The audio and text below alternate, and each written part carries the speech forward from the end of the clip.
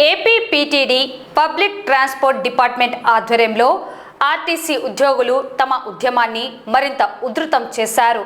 2 రోజుల పాటు రాష్ట్ర వ్యాప్తంగా నిరసన కార్యక్రమాల పిలుపులో భాగంగా నంద్యాల ఆర్టీసీ డిపో నందు 2వ రోజు ఉద్యోగ సంఘాల నేతలు, కార్మికులు భారీ ఎత్తున ధర్నా కార్యక్రమం చేపట్టారు. తమ న్యాయమైన డిమాండ్లను ప్రభుత్వం తక్షణమే పరిష్కరించాలని డిమాండ్ చేశారు. ఉద్యోగులందరూ విధులకు రెడ్ బ్యాడ్జీలు ధరించి డిపోల వద్ద గేట్ మీటింగ్లు మరియు ధర్నా కార్యక్రమాలు నిర్వహించారు. ప్రభుత్వం స్పందించి సమస్యలను పరిష్కరించే వరకు ఉద్యమాన్ని ఆపేదే లేదని ఈ సందర్భంగా కార్మిక నేతలు హెచ్చరించారు. అనంతరం వారి డిమాండ్లను వెల్లడించారు. ఈ కార్యక్రమంలో ఏపీ పీటీడీ నేతలు, సభ్యులు, ఉద్యోగులు హాజరయ్యారు.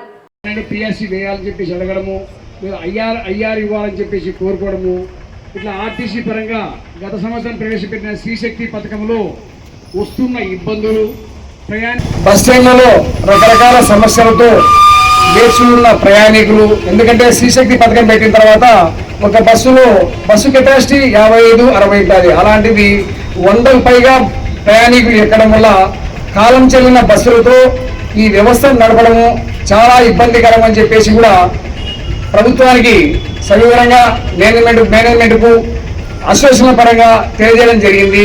అయినా కానీ కూడా ఆర్థికపరమైన ఇబ్బందులతో ఇంతవరకు కూడా కొత్త బస్సులు అనేవి ప్రవేశపెట్టకుండా ఇటు ప్రయాణికులు అటు సిబ్బంది ఎన్నో రకాలుగా ఇబ్బంది పడుతున్నా ఎక్కడ కూడా ప్రయాణికులతో కానీ ఎక్కడే కానీ సత్సంబంధాలు కొనసాగిస్తూనే వ్యవస్థను ముందుకు తీసుకెళ్తున్నారు.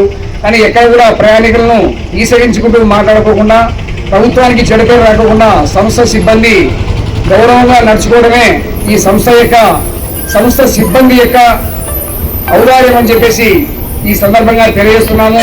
అలాగే ఆర్టీసీలో పనిచేస్తున్న అన్ని డిపార్ట్మెంట్ల, ఆర్టీసీ కావచ్చు అన్ని చోట్ల పనిచేస్తున్న అవుట్సోర్సింగ్ సిబ్బంది, స్కిల్లు, అన్స్కిల్లు ఇలాంటి వర్కర్లు ఎంతో మంది రెగ్యులర్ ఉద్యోగస్తులతో సమానంగా పనిచేస్తున్నారని కూడా వాళ్ళు కాంట్రాక్టర్ ద్వారానో లేక ఇంకోటి ద్వారానో జీతాలు పొందుతూ సమాన పనికి సమాన వేతనం పొందకుండా చాలా ఇబ్బందులు ఎదుర్కొంటున్నారని చెప్పేసి, కాబట్టి వారు పర్మనెంట్ ఉద్యోగస్తులతో సమానంగా పనిచేసినప్పుడు పర్మనెంట్ ఉద్యోగస్తులతో సమానంగా వేతనాలు ఇవ్వాలని చెప్పేసి, అలాగే గౌరవ సుప్రీంకోర్టు ఇచ్చిన నివేదిక ప్రకారం 10 సంవత్సరాలు పూర్తయిపోయిన అవుట్సోర్సింగ్ ఉద్యోగస్తులను రెగ్యులర్ చేయాలని చెప్పేసి కూడా ఈ సందర్భంగా ప్రభుత్వానికి విజ్ఞప్తి చేస్తున్నాము.